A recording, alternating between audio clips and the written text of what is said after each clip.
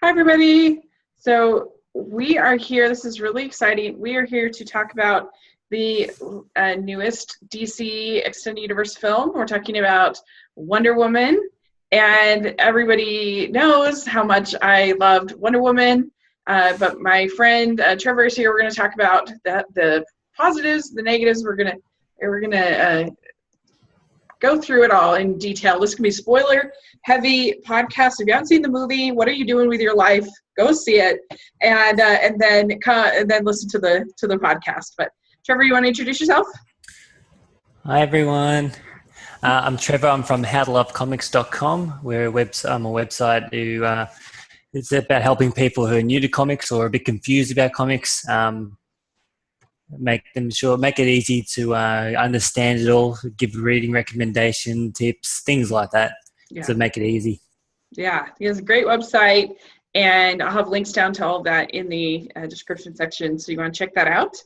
And so let's talk a little bit about Wonder Woman in the comics. I was able to read I think it's the Rebirth Wonder Woman, and I read the Bombshells.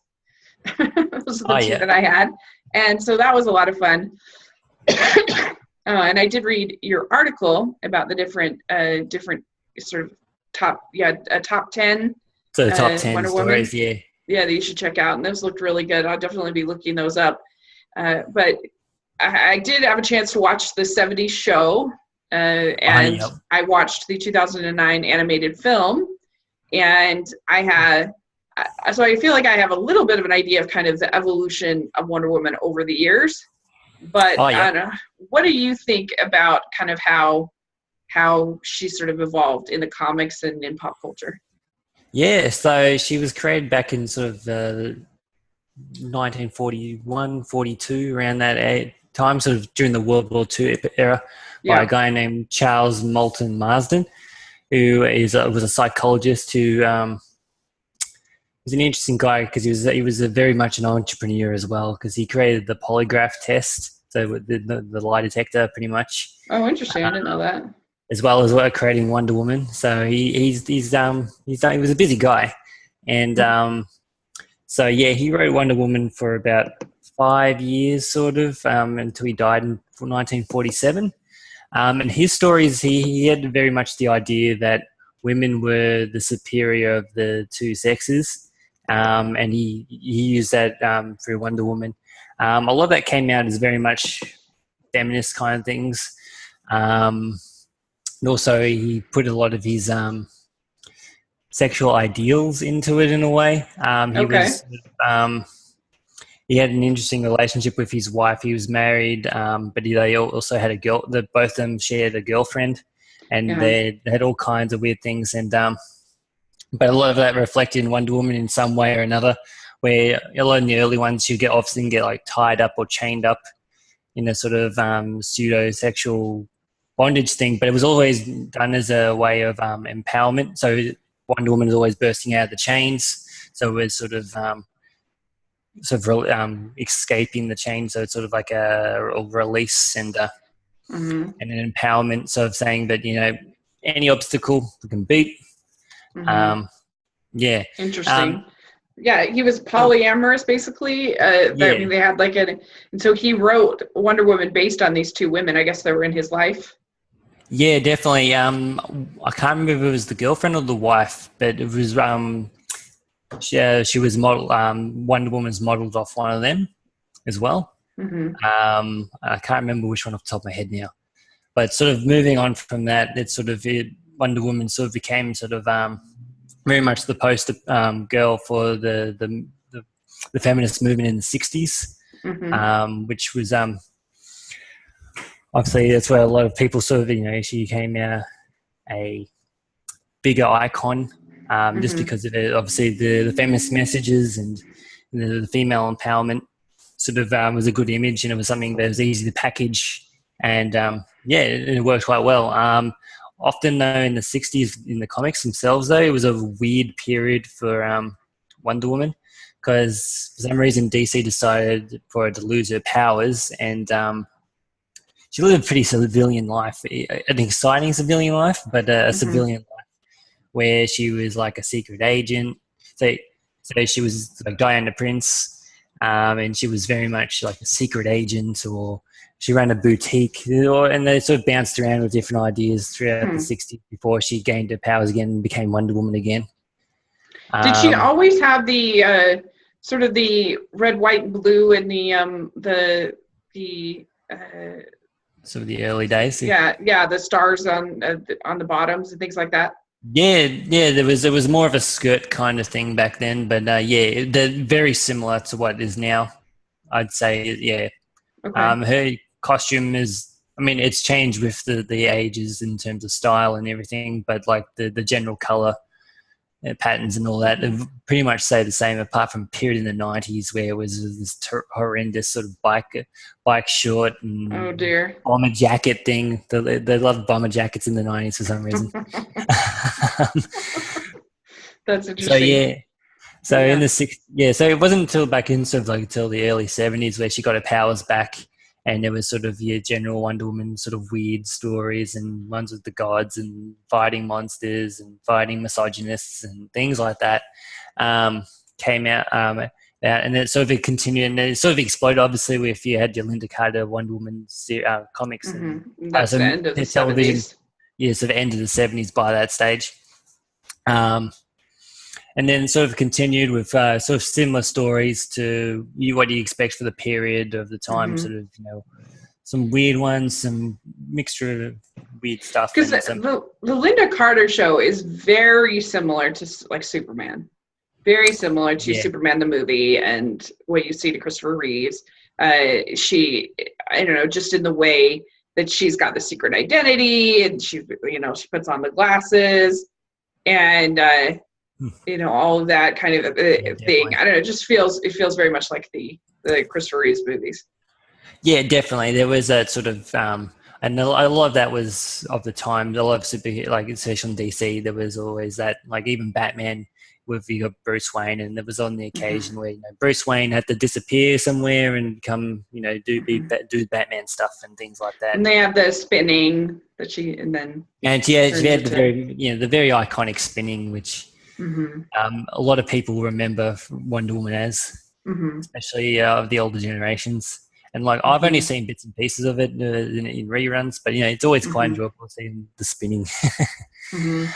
Yeah, I enjoyed it. I mean, I like that kind of old-fashioned thing. I enjoy it. Media, whatever it's a movie or a TV show, I enjoy that kind of old-fashioned, simple kind of storytelling. And so I liked it. And I did watch the animated film. I reviewed it on my channel, and I this was 2009. So we're jumping up a ways, and I liked it. I gave it a positive review, but I had problems with it though. I gave it a B-, because, and it really took me, the first time I watched it, I was like, should I even review it? Because I really wasn't feeling it. And then I watched it again, was feeling sort of more positive about it, because I felt like the dialogue was really clunky, particularly when she was on Earth, that it didn't feel like they were talking. The feminist stuff felt really heavy-handed, and I just felt like these aren't people. It just felt clunky to me. I can't other way to describe it. Oh. And so that was my issue with the animated film. I didn't think the dialogue or the script was very good. Oh, that's odd, because it is written by Gail Simone, who had a very popular run of Wonder Woman sort of around that time. I guess, sometimes I warmed up to it, because certainly the action is really good, and the animation's really good, and the voice work is really good. It was it was really just when they were on Earth. I don't know. I didn't love it, but maybe it'll continue to grow on me. Who knows? It's certainly not bad by any means. I just didn't love it, and so it's interesting. One thing I was curious about, because you have this really Americana look. Yeah. And you have this, she is an Amazon warrior, and yet she's the child of Zeus, at least in this version, or she's created by Zeus. So there's this Greek god part. Yeah. And I'm just curious, would you say that Wonder Woman is more DC's version of Thor, or more DC's version of Captain America? I guess it would probably. I guess it'd be Thor. I guess in terms of he got the mythological aspect of it and the whole different world. Where see, like Thor, you got the whole Asgard, and in Wonder Woman, you got the whole Greek mythology. I guess. I mean, I guess it would be Thor is Marvel's, because Thor was created after Wonder Woman, correct? Yep. So Thor is Marvel's answer to Wonder Woman, maybe is the correct question. Although Thor is based off modern, ancient mythology, but that's true, of course. So it's interesting. I thought it's sort of this interesting combination of Americana, of sort of warrior mentality, and also this mythos kind of thing. And so, if you haven't seen the 2009 film, then? No, I haven't. Okay, it'd be interesting to know if you do see it. Let me know what you think. But yeah, I mean, it's nice to have Nathan Fillion on it, so that's always good. Yeah, I'm always critical about those animated films, just because especially the early ones, they always seem to be 63 minutes long or something like that, or they're always set to a certain time. So obviously they made them so they could be screened on TV in a certain set, like in a half-hour block with ads. But that often means that things get cut out, or it's like things get rushed. So I'd never get. That's true with this as well. I think it's especially. Yeah, I think the more recent ones have been better at fixing that issue, but definitely in the early ones, I found that that is a big issue with pacing. Yeah, that's true. Okay, so let's start talking about this film.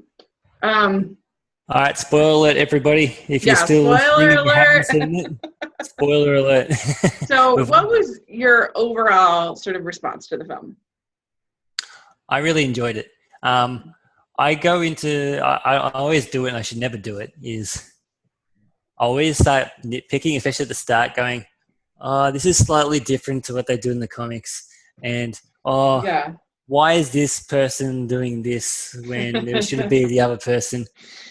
You're like me watching Beauty and the Beast, the new live action, because I'm like, oh, why is that different? Where's that? Oh, no, so I have to be like, oh.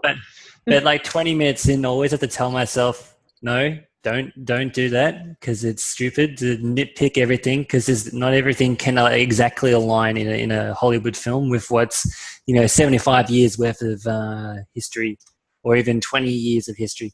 So I try and cut that out of my head, and because I find it often hampers in your hampers the experience, and you go, well, because of, and it's sort of that greasy nerd thing where you don't want to try and do that too much.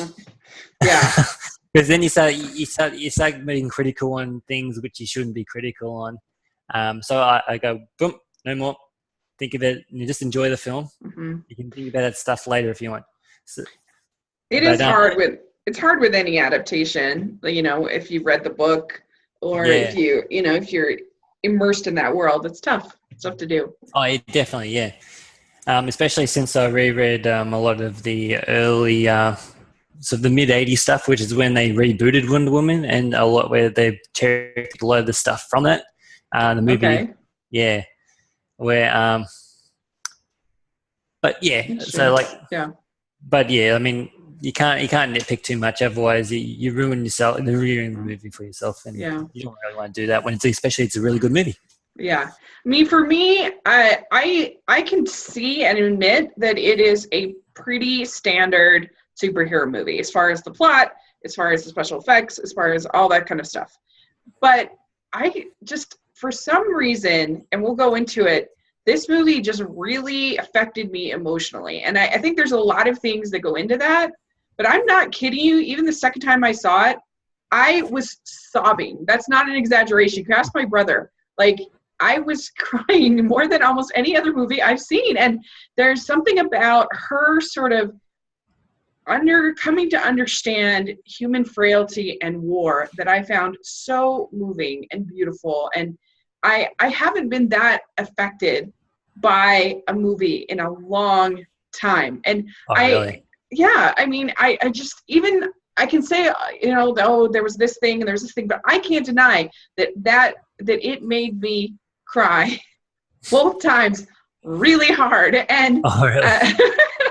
and I still had fun too, don't get me wrong, but Yeah. I do think, like, people are going to say, oh, this is lame, but I don't care. There was something that was actually meaningful for me as a woman, to see her get out there and to see women like kicking butt and being strong. And it really meant something to me. And Yeah, definitely. I feel like you're like not supposed to admit that, because it's like, I don't know. I don't even know why that you're not supposed to admit that, but I feel like you're not. Like, it's somehow saying, oh, I'm not as objective as I should be.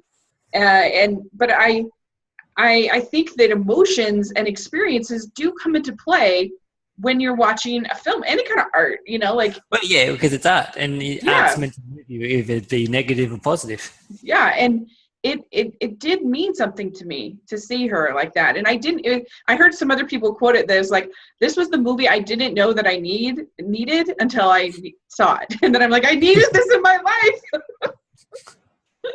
And Yeah.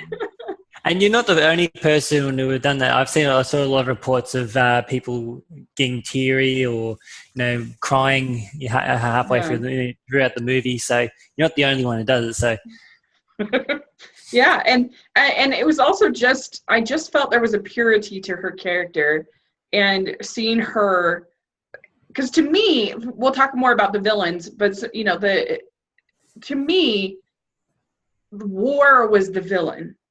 yeah. War was the true villain. World War I was the villain, and that was the thing that she had to come to terms with, and that was so sad and moving. So my brother looked over at me. He's like, "Holy cow, you're crying!" And I was like, "Oh, sorry," but and I am an easy cry. I admit, I cry very easily in the movies. But still, this was an abnormal amount. And then the fact it happened the second time, and I loved this movie so much. I'm so excited about it, and that doesn't mean that I think it's perfect, but to me, it was emotionally perfect. Yeah. And so all of those things that you can talk about didn't matter, because, it's just kind of like, say I fall in love with some guy who's, balding, whatever. Maybe that's not like the ideal person, but but I've fallen in love with him. So the emotion is what matters, You fall in love with somebody, and so they're perfect to you. Yeah, and when you fall in love with something, you have an emotional connection with something. It doesn't matter. You can look past the flaws. You can. You don't even notice the bald. In fact, you love it because of that. So there you go. Anyway, so that was why I had a really personal connection, is all I'm trying to say, with this movie, and had a very emotional response to it. And so I'm really excited to talk about it. So it starts out with this framework of Diana being the curator at the Louvre and getting this photo plate from Bruce. And that was really the only tie in to Batman v Superman, which I think is part of the reason why this movie worked, because it just was its own story from start to finish, aside from this very teeny little bit of, framework. And I think that really helped it, that, you're not seeing Wonder Woman sit down and open up files, to start the Justice League. Like, there's nothing that's like distracting it at all from being what it is and being its own story. And definitely. It's telling its own story, definitely. And having that framework at the start and the end sort of sandwiched in there. It sort of connected it with that expanded universe that they want, but it didn't make it distracting, where Batman vs Superman tried to jam it in there unnecessarily, and it didn't work. This is just natural, and it sort of flowed, it was organic, and then it didn't disturb the natural flow of the actual story. Agreed. Yeah, definitely. I really liked it. And it is sort of when you're seeing all of this war and all of this everything, there's something comforting about seeing her safe and seeing her. You kind of know at the beginning that like, okay, it's gonna be okay. It's gonna be all right. Yeah. Yeah, it kind of frames it all really nicely, and so I thought that was good. I liked it, and we get to the Themyscira. Am I saying that right? Yep, that's correct. Themyscira part of the film. And with your knowledge of the comic books, how did you feel that was portrayed? I think it looked good. Yeah, I enjoyed it, and I think it was pretty accurate. I mean, it was it's been portrayed in all kinds of different ways throughout the years, and it's been sort of creative license. And DC do every 25 years they seem to do some kind of reboot, and then it sort of shapes and forms in different ways. Mm-hmm. For instance, on the cover, Themyscira looks pretty similar to what it is in the movie. Greek kind of architecture. Sort of got that hill-shaped island, very sunny, tropical kind of deal. So yeah, I reckon it looked like Themyscira, what I would say Themyscira would look like. Okay. And it worked well. And we sort of get introduced to that and sort of in the shot and then sort of see all the women training and Amazon's training. I really liked Diana as a little girl. The little girl they got to play her, she was great. And she was really good. I agree. It's like the way she's going, doing swinging the punches and so enthusiastically. Well. She was really cute, but she felt like she could be on that island. Like she didn't feel too modern. There was something. I thought the casting was great throughout this movie. For the most part, I have one that maybe wasn't the greatest, but for the most part, I thought the casting was really good, and I particularly thought all of the women were great. Oh, definitely, yeah. And the only thing if I was going to nitpick this first part is that I do think the accents came off a little cheesy. I understand what they were trying to do because it wouldn't make sense for Gal Gadot, for Wonder Woman to have this strong accent and for nobody else on Themyscira to have an accent. That wouldn't really make sense. Yeah. So I understand what they were trying to do because she's Israeli, but they came off a little cheesy, but very nitpicky. Yeah, I mean, yeah.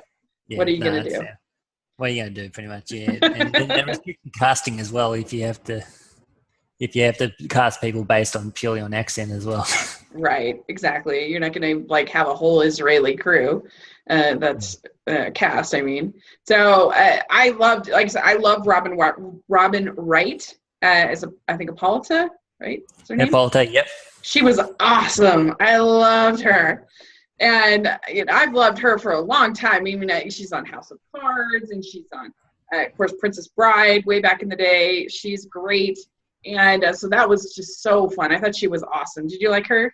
Yeah, I really liked her. Yeah, she was very much like the comics as well. Sort of a strong warrior, but also very diplomatic and a very suitable queen. Yeah, and then Hippolyta was awesome too. I liked Connie Nielsen in the role. She was really good. I'm not that familiar with her, but I thought she was great. And I liked this dynamic of should they tell her or should they not tell her that she's the god killer? It was interesting. And Antiope.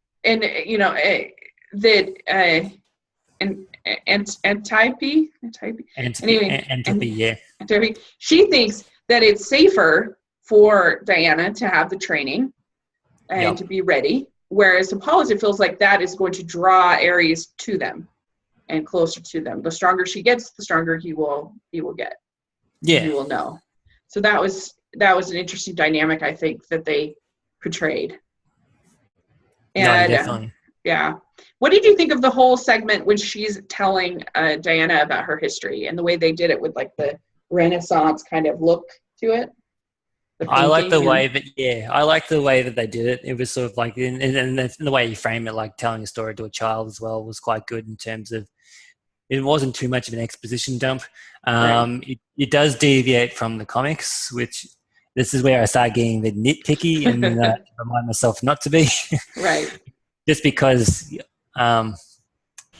Zeus, in the comics, Zeus wasn't the one who gave her the powers. It was a series of other gods and goddesses, which then gave her individual traits, sort of like Athena and Aphrodite, and so like, gave her wisdom and gave her compassion and strength and speed and all those kind of things. Where that sort of, I can understand why they didn't do that, because it was sort of a learning lesson. So through, part of the character progression, if you have everything at the start, it's not as interesting. Where you sort of have to, where she learnt a lot of that stuff by herself in the end. Right. But yeah, it was a good way of sort of getting the information quick and fast without having to be sort of too laborious while doing it in, and getting the audience up to speed very much. The only thing I wondered about is it going to be hard now that they killed all the gods except for Zeus? Yeah, I didn't like the idea that they'd kill all the gods, because then it does lead you down a path where you can't do too much with the gods. Maybe it's DC's idea is that they're going to stray away from that, because they, from what I can tell from reports, is that they weren't very likely to do a Wonder Woman 2 based on expectations. So they probably they cleared all that. The Warner Brothers decided, no, you can get rid of all that stuff because it's not going to be necessary later down the track, which is a bit frustrating because it does limit some of the things you can do later on. Yeah. But I guess it's one of those things where they could make something up where they all come back to life, or they all went actually dead, or something along those lines. Yeah, they can like regenerate in some way or something, or Zeus can have more children or something. Something along those lines. They can always find a way. I mean, and they could always, because it sounds like they probably will do a Wonder Woman 2 now. Yeah. It's done so well at the box office, and there will be demand for a second movie. Yeah. They probably will bring it into modern times, and they could probably have an array of non-god related stories where, with different rogues galleries and or teaming up with somebody or something along those lines. They'll be able to figure something out. But the truth is that, like, I know that it's important, I guess, to have continuity, but the truth is I just care about it being a good movie. So if they have whatever convoluted, ridiculous explanation they have to give, I don't really care, as long as it's a good movie. No, definitely, yeah. Or just leave a plot hole. Who cares? It doesn't matter to me. I mean, as long as you can explain it in a way that's not going to stray from the story or ruin the story, it doesn't matter. Yeah. Because if they do a Wonder Woman 2, they have to deal with the fact that I think she says in Batman v Superman that she had been out of commission for a while or something like that. So I guess they have to figure that out, but who knows what they're going to do. It'll be interesting, but I trust in all hail Patty Jenkins. I think she's going to be in very high demand after Wonder Woman. Yeah, because they didn't sign her to a sequel, which, oh my gosh, DC, hello. And now, I mean, thank goodness for her, because now she's going to be able to definitely, yeah. She'll be able to negotiate pretty well. And what a great job. I have not seen her movie Monster. I saw the trailer and it looked pretty good. But of course, Charlize Theron won an Oscar for it. But now it's the Wonder Woman is I think the number one opening for a female director, I believe. I believe, yeah. I think the previous was what's those stupid books? 50 Shades of Grey. 50 Shades of Grey, yeah. I think that was. Thank goodness we knocked that one off. Yeah, so probably the first Twilight movie is probably up there too. But anyway, so that's really, and I really admire what she did, and we'll talk a little bit more when it comes to other scenes that she really had to fight for, and I just really respect her. So, but anyway, so back to Themyscira. So we get this. They never call her Wonder Woman. Did you find that weird? No, not really. Just because it's one of those things where it's it's like in the comics, it was like when they redid the origin, it was very much a newspaper or the media called her Wonder Woman. That's Oh, how it okay. stuck, kind of thing. So it was sort of like, it wasn't like, oh, she was born, like on a birth certificate it says Wonder Woman or anything like that. Yeah. Okay, cool. All right. So then Diana rescues Steve. He gets through because of her power thing, and there's like a bump in the shield. He gets through, and he's like a undercover operative, I guess.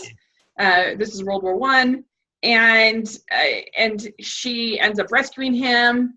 And I guess, what did you think of the two of them? It was, of course, Chris Pine as Steve Trevor, Yep. and you had Gal Gadot. What did you think of sort of the two of them as a couple, As a especially in couple. these early sections? Yeah, well, I mean, it's one of those things where when you do have a romantic element, you got to sort of build it. If it's sort Mm-hmm. of if it goes from point A to point B instantly, it's never interesting. It's one of Mm-hmm. those things where there's got to be either some kind of tension or some kind of awkwardness, and which was what they went for, was the awkwardness, especially Mm-hmm. like when she walked into him when he was Right. coming out of the bath, and it was Yeah. Yeah, it's definitely I like played that. for laughs, but it worked. I wish they hadn't made him completely naked, because that's the one thing that I'm like, oh, it would be more kid friendly if, because I want all little girls to see this movie, but then you've got all the war stuff, and you've got, so that would be if I was a parent, I'd be like, oh, there's like a lot, that's a lot of nudity. I wish that they just maybe like, I don't know. I understand why they did what they did, but I just wish in a way they had found another way to do it, made them have to be a little more covered so that they could, so that it could be a little more kid friendly. Oh yeah, fair enough. But anyway, but I really like them together. I thought they had such good chemistry, even from the start. I like the way that neither of them, they're both equally yoked as far as the story goes throughout the whole thing. He's not an idiot man like you often see. She's not a bimbo. They're Yeah, both smart. They both have they're on. strengths. Yeah, they both have their strengths, and they're sort of in a way on equal plane. Yeah. Apart from Yeah. having Wonder Woman having powers or anything like that, but they're on equal plane in terms of standing.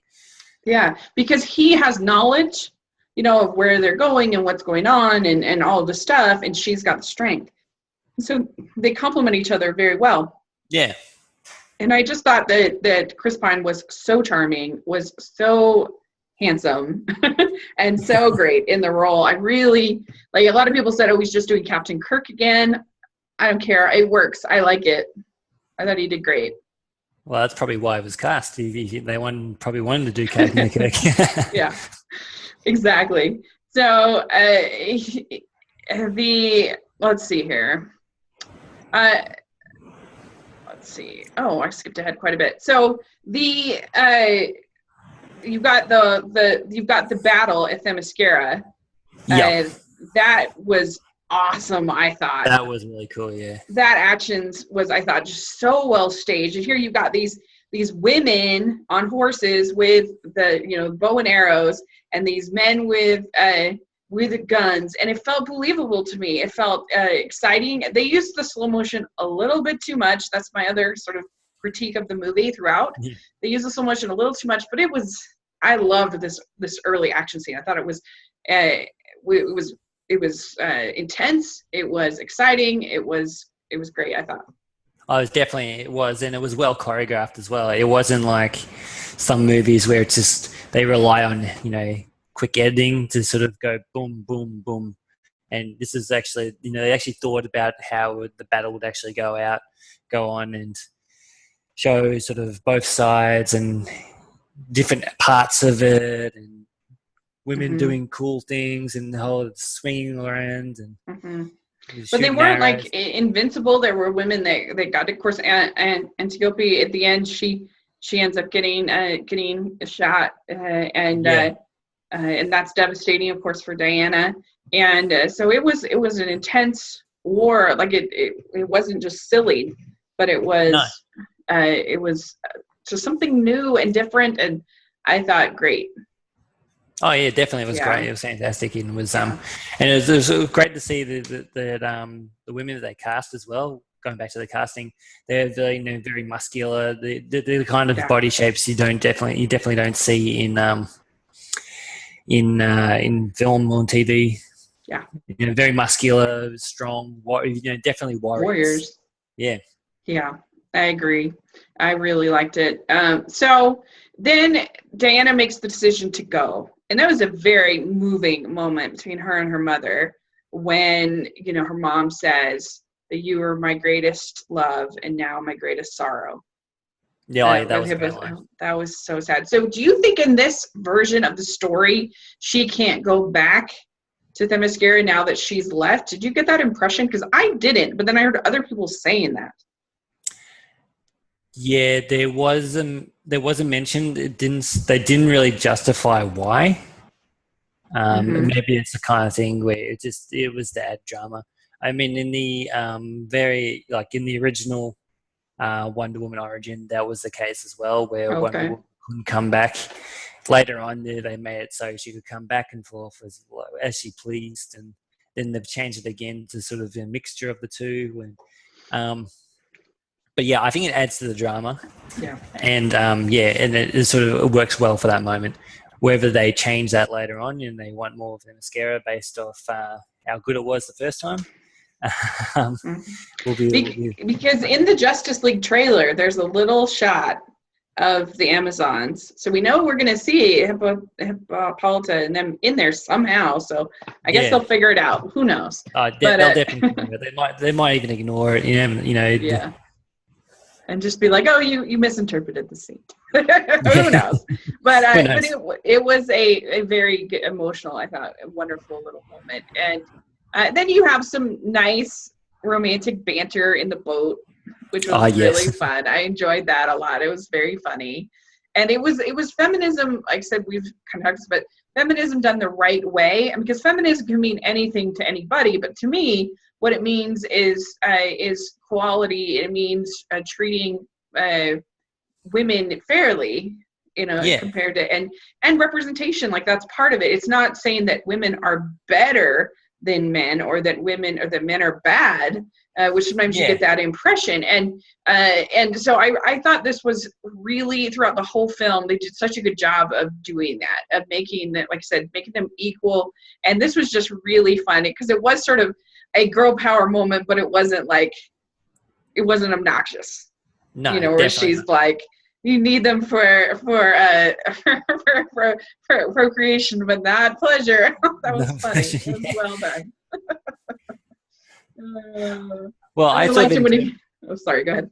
I sort of interpret that as that little bit, a little hint at the sort of William Moulton Marston's sort of vision of Wonder Woman, where you can almost say that whole sort of, because what men are needed only need for procreation, that women could be the master race, but it could be the kind of thing, though. Yeah, you could read it in many ways.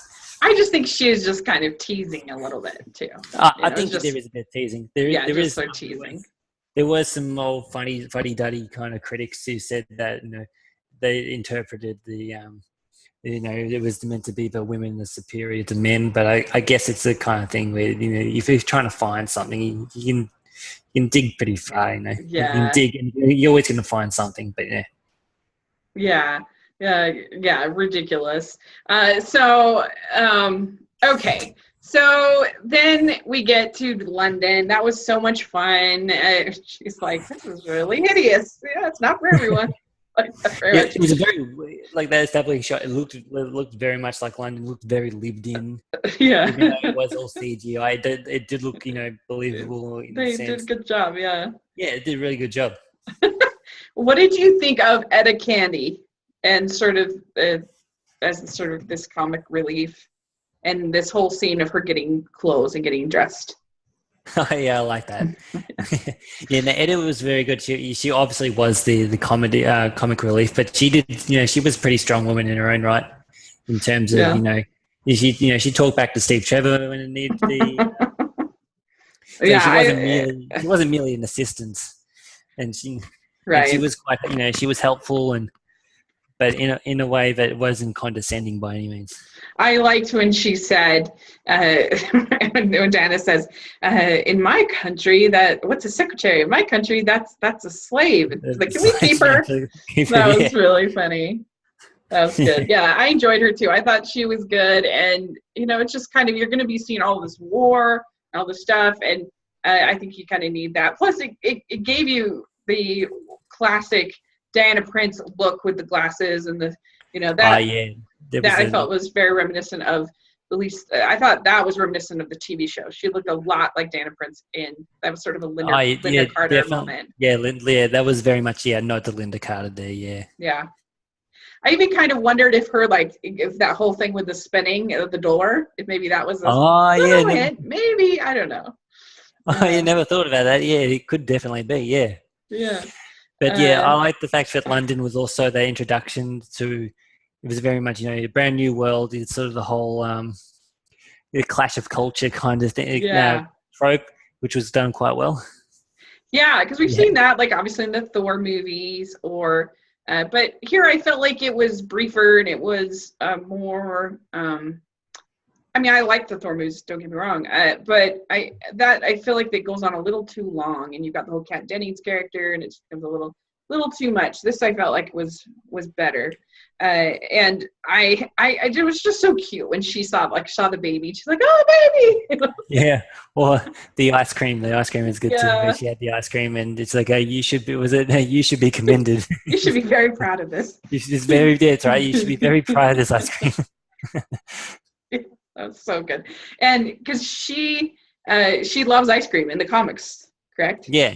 Yeah. Yeah, there is there's been a couple of times where there's a scene where, like, in the early days, one woman, she tries the ice cream and she's very much. Who doesn't love ice cream? What's wrong with people if you don't like ice cream? Ice cream is one of those foods. It's like pizza. It's like, it's good, even if it's bad. It's still good. Like, even if it's cheap ice cream, it's still good. So, okay. So. Then we get this scene with them going into the war cabinet, and she just can't believe what she's hearing. That these people are going to allow potentially millions of soldiers to die because they want to hold out for this armistice. And she's outraged by this, and she tells them, like, in where I'm from, the generals were out there fighting with their soldiers. You're a coward. Yeah. And what do you think of that? Yeah, I'm not quite sure how to sort of. I'm on the fence with it, really. Okay. It's one of those things where it was a little much for you. It was a little much. Yeah, I can understand it because it's one of those things, another clash of culture kind of thing, but played in a different way than we've seen in the movie so far. And it's, I guess, definitely the whole weight of different countries do things differently, and I just liked the whole idea of her coming to grips through the course of the movie, and this is an important sort of moment of the frailty of human nature, of how we're able to rationalize away these the horrors of war, and so it was a pretty bombastic scene, I'll give you that.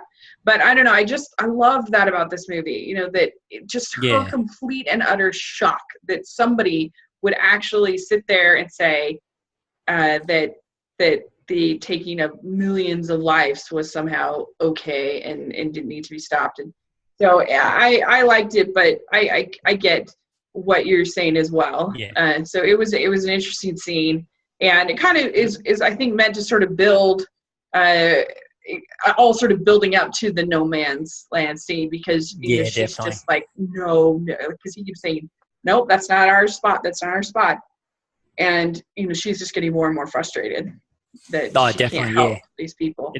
I think it also plays into the compassionate element of the character, where compassion is very much a big part of Wonder Woman, and it's sort of that first part of it, and showing that building. It's a way of fleshing out the character, really. Yeah. So we get some scenes. They've been there's been a couple throughout, but of Ludendorff and Dr. Poison. And what did you think of these characters? Yeah, I'm not sure about these characters. Yeah. I mean, Dr. Poison is one of those classic Wonder Woman villains, one that I don't think has really been used a whole lot recently, Okay. or has changed. They've changed her up a fair bit, but she is meant to be one of those classic Wonder Woman villains. I can't really tell you much about it in comparison because she's one of the ones that I'm not too familiar with. Sure. But now, I yeah, guess I reckon Ludendorff was an actual, like, that person actually existed. Like, he was an actual general, World War One, which is interesting. And I mean, they're not the greatest villains in the world. They're not. No, I'm not. But just because I loved the movie doesn't mean that I'm not, like, not aware. Yeah, they're sort of a weaker link. Yeah, in the movie is the villains very much. Yeah, but I did think that her look was pretty cool. I liked the plates. The clay plate kind of things on the face that covers the burns and the scarring. Yeah, I thought that she looked pretty cool. It was a cool aesthetic. Yeah, I wish they sort of gave her a bit more backstory. Yeah, that would have been cool. I can see that. Yeah, just to sort of say, like, to try and justify why she's doing these things, as opposed to it was very much the whole trope of my whole scientific work kind of thing. Yeah, but they didn't really justify why she doing it, apart from being it being the war.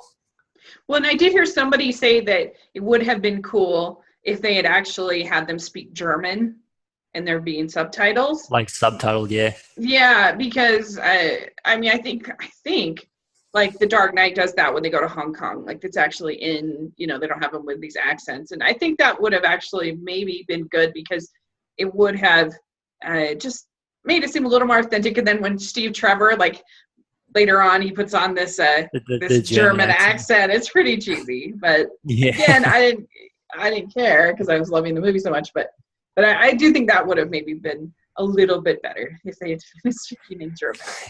No, yeah. So, but I guess maybe it was a matter of too much. Like, often movies when they do subtitles, it's only because it's like for one particular scene. Yeah. Like at the start of Thor, for instance, where there was the subtitle, and then they sort of transitioned into English. Well, I think you also have the problem of, like, you can't have the conversation between Dr. Poison and Steve Trevor unless you make him a linguist or something, I guess. That you can't have that conversation because they speak different languages. So yeah, definitely. I guess if you had Diana there and she could be translator or something. But, oh well, what are you going to do? But I guess it's one of those things where maybe it was just too hard to justify the whole thing. So English is, and you just got to have that suspension of disbelief. Right. Exactly. So they get together this group of the spy named Samir, the marksman named Charlie, and the smuggler named Chief. What are your thoughts on these guys? I like these guys. It was very much a ragtag kind of operation, but like the fact that they had people from all around the world come together. I like that idea. It was sort of very international because it was, I guess, it is World War One, so it is very much not just any one particular country's conflict. So by having these guys together, it was pretty cool, and they were interesting characters as well. They weren't sort of just sort of wallpaper kind of characters where they didn't really say much or have any person. They had personality. They felt lived in the world. And well, and you got to see how Diana got to see through them how humans treated each other. You got to see from Chief what happened to his people, and also Samir about him not being able to be a soldier because he wanting to be an actor. And, anyway, so about the things he couldn't do, and so that was I think helpful in a way. Yeah. And you also kind of had for Charlie to showing some of the trauma, I think, of war through him to his character. Very much, so I enjoyed them. My brother thought they were really annoying. He didn't like them, but I liked them. Yeah, he thought they were annoying. So, what are you gonna do?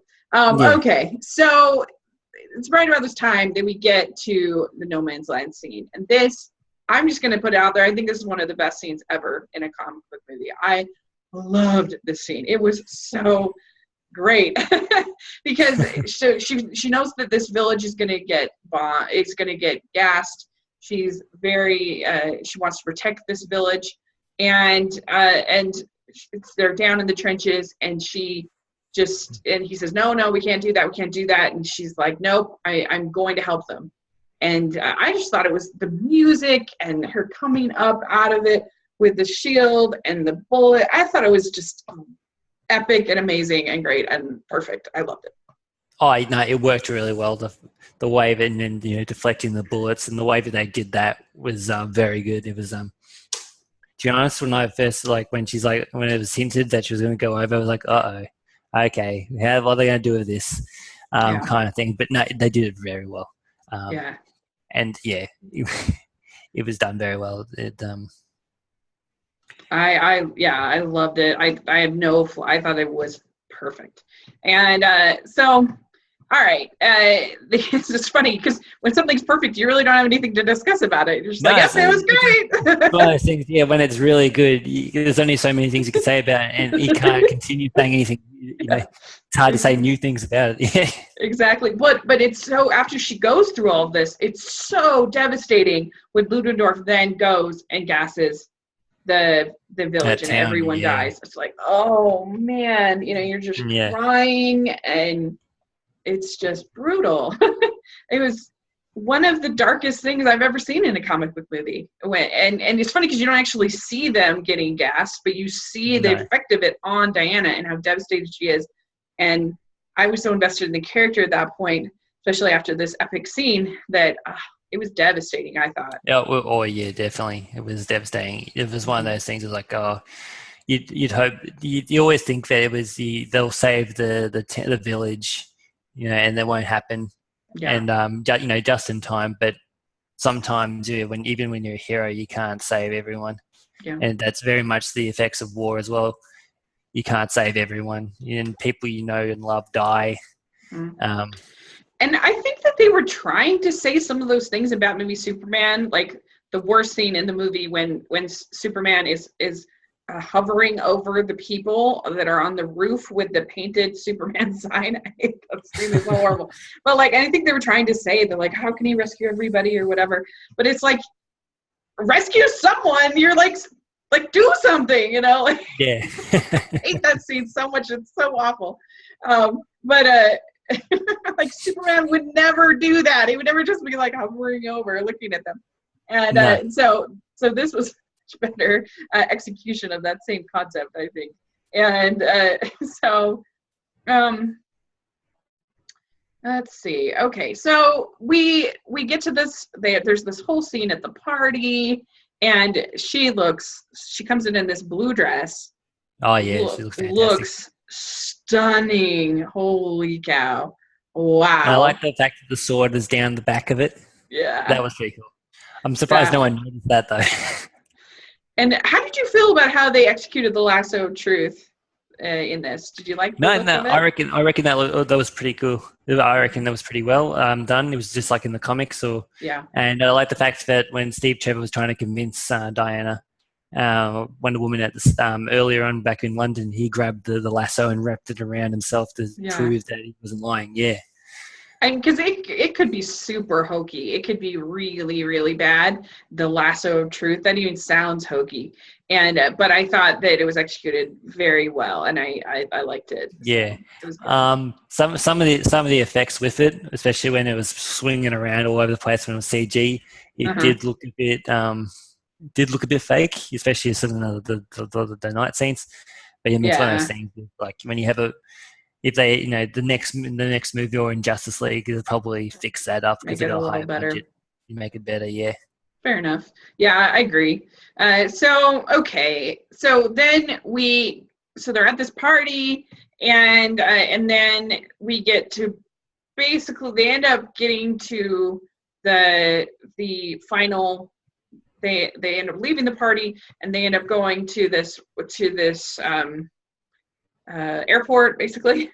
Yeah. And now that's the big spot in superhero movies. It's we can't kill anybody. There can't be any civilians. Let's go to an airport. And And so this is the airport. And so Steve is trying to stop them from taking all of this gas and these poisonous gases. And and bombing London pretty much, yeah. Yeah. And we forgot to say that there was a moment where Dr. Poison and Ludendorff, that they basically shut all of the German generals in a room and gassed them all. Oh, yeah, that's right. That was kind of a cheesy scene, but that's probably why I forgot it. When they're like, they know there's only one mask in there, but it won't help them.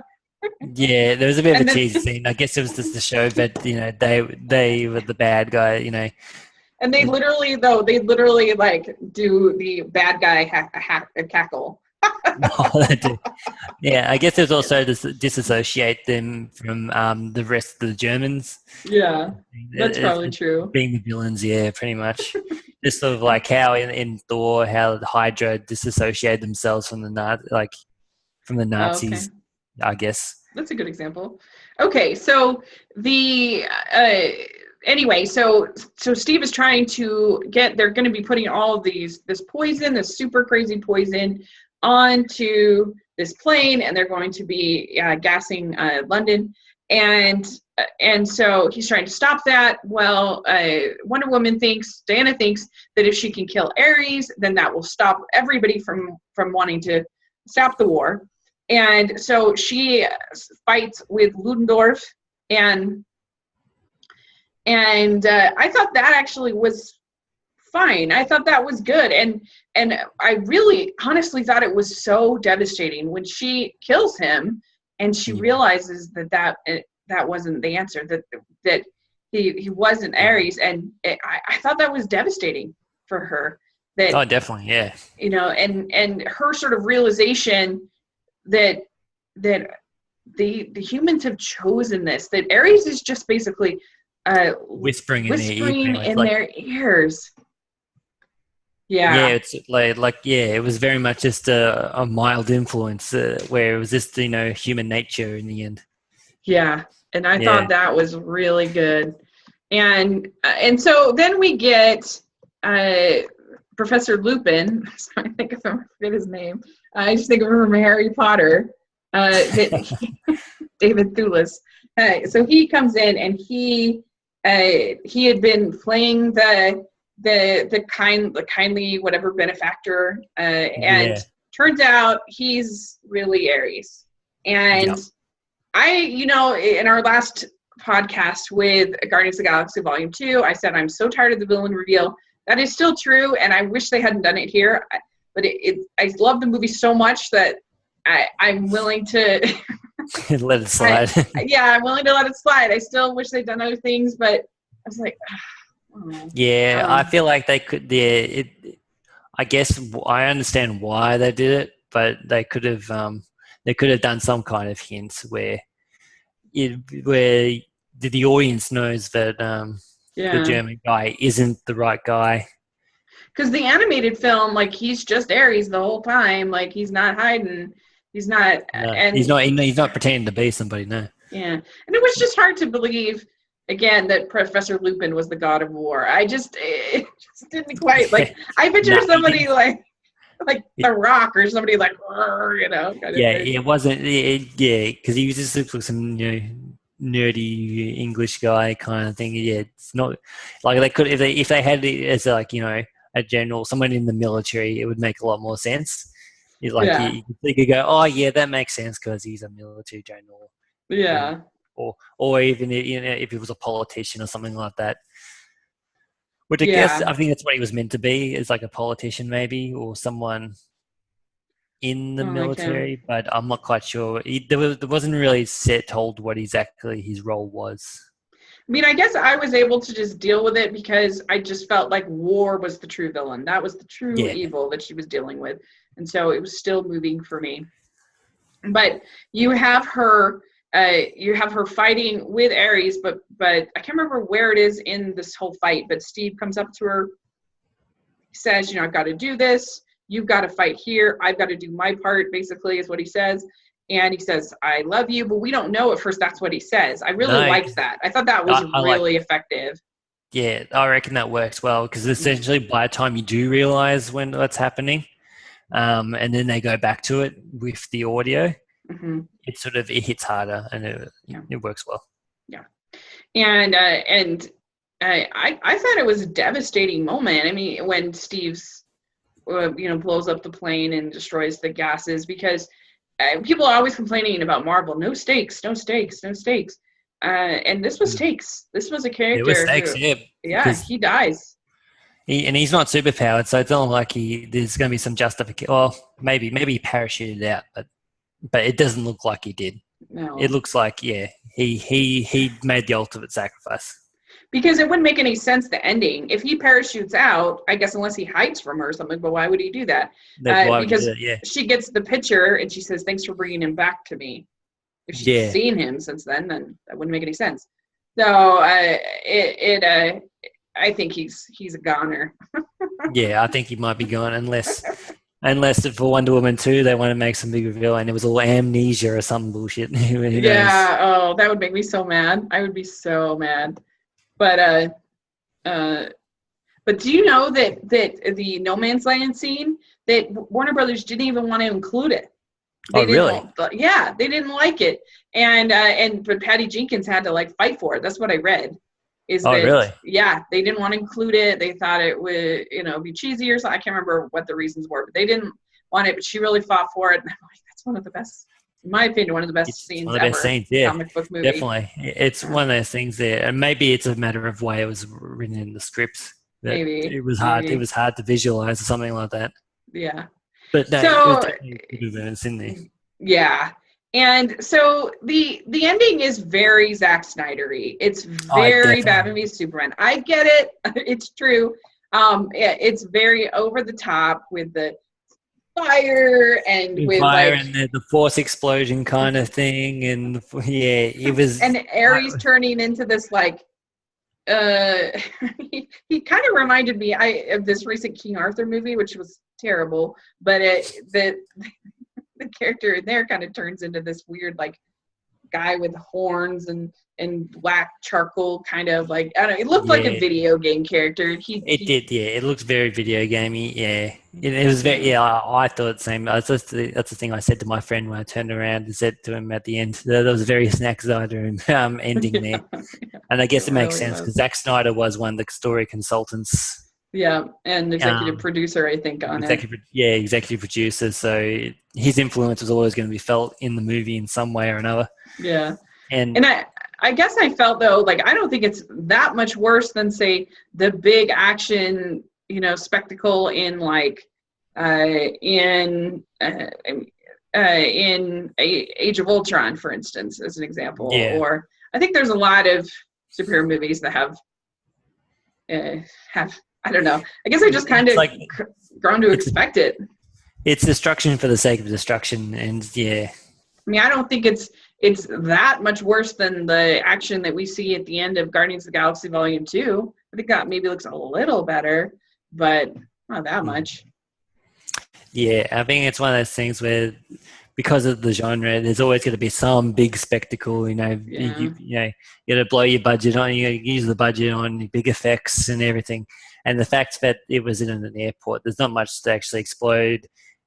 For it to be blown up or whatever. So they've got to Yeah. do these force explosion, force field explosion kind of things, and the characters got to be, final level boss kind of thing with video Yeah, gaming. Yeah, so I guess that's it's one of true. those things. They got. Otherwise, you have a lackluster. You can, if it's done well, then it's cool. But Mhm. most of the time it can be a bit lame. But at the Yeah. same time, if you don't do something like that, it could be a flat ending as well. So it's one of those Yeah, things. it is Damned if you do, tough. if you're damned if you don't. Yeah. Yeah, I mean, I think like Captain America: Winter Soldier is one of the. I mean, they is one of the best ones, I think, as far as like it's pretty. I mean, the most over the top action sequence in that one is really the like insane car crash scene, I think. But it's the one that I feel like is Yeah. the most sort of grounded in the way that the fighting is Oh in yeah. most of these. I guess the Dark Knight doesn't really have big over the top CGI kind of things. No, I in mean, a there. lot of that was practical effects as well. Yeah. So, okay. So yeah, but again, not enough. As I was still so bonded with her and what she was going through at that moment, with realizing what humanity was and what war was, and Yeah. that I was still emotionally engaged with the film. So it didn't Mm. bother me that much. So I guess my last question is just, are you worried about, and we kind of talked about it a little bit, but are you worried about what they'll do in Justice League? Uh, it's hard to tell at the moment because they're going through reshoots anyway, and Yeah. there might be doing reshoots for Wonder Woman. In terms of like they might be fixing up Wonder Woman dialogue or something along those lines. So who knows what they end up doing there? So I the can role only imagine that they'll have more of her, I bet you, I than, definitely I reckon there's going to be more. Just like how for Suicide Squad they decided once Deadpool had come out to add more jokes in, and that was part of the reason they did the reshoots. And while it was still not a good movie at all, right. and I'm glad I didn't go to the cinemas to see that one. I ended up seeing that on an airplane Dear. on an international flight. So that was probably the best place to see it. That's too bad because Zack Snyder loves destroying airplanes. His movies. But I mean that's not a Zack Snyder movie, but DC I guess loves Yeah. destroying airplanes in their movies. There's like Blowing up airplanes. there's like three helicopters being exploded in that movie, Yeah, and yeah, and they exactly. don't need to be exploded. It's unnecessary. Yeah, exactly. So, so where would you rank Wonder Woman as far as these DCU films? Where would you rank it? Well, again, we'll say in the modern era of Right, DC, right. so from Man of Steel onwards, it's definitely Correct. number one. Yeah, agreed. Definitely number one. I will admit I haven't seen Batman vs Superman, but I'm pretty safe to say that it will be number one. You haven't Is seen it? Wonder Woman? No, I purposely didn't see it at the Oh, cinemas, and wow. it Okay. is on Netflix in Australia. I just haven't had a chance to watch it. And I'm not in terms of I'm not particularly excited to watch it, so I've been putting it Yeah. off. Well, if you didn't like Man of Steel, it's definitely better than in my opinion, better than Suicide Squad. Oh yeah, definitely. So I'd go. My way is Wonder Woman, Man of Steel. I guess it has to be Suicide Squad because I haven't Yeah, seen Batman Superman. vs Superman.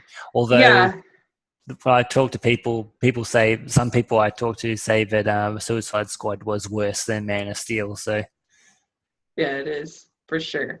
At least Man of Steel at least has like a plot and a story that yeah, like makes sense, and yeah, yeah, yeah. so yeah, I mean for me it's like Wonder Woman is like here, Yup. and then like There is a big gap. Yeah, there's yeah, definitely a big yeah. gap. Because I don't really like any of the other ones, but I would say that I think that I will say I just watched Man of Steel and I just found it so joyless. I found it such a slog to get through, and so is Batman v Superman. But I'm just I don't know. It's tough. But I think I will say that I guess Man of Steel is better, but I really don't like it. I don't like the way that they've made Superman kind of ashamed of who he is and just be kind of I don't know. I just don't like it. But anyway, so yeah, for me it's like Wonder Woman, and then and then I guess maybe Batman v Superman just because Wonder Woman's in it. So I think And it's my then second Suicide favorite, and Squad then down the bottom. down at the bottom, yeah, and then Man of Steel. And honestly, it's it really is one of my favorite superhero movies I've ever seen. And it's certainly one of the ones that I responded to the most in such a visceral, honest way. Like that was just the way that I responded because I've never been that big of a Batman fan. I Yep, know it's fair like enough. shocking because for me, I always feel like the villains are more interesting than Batman in most of the Batman movies. And so this was finally sort of a hero that I bonded with and I felt emotional about. And so it was You really, actually really, have really emotion. exciting Yeah.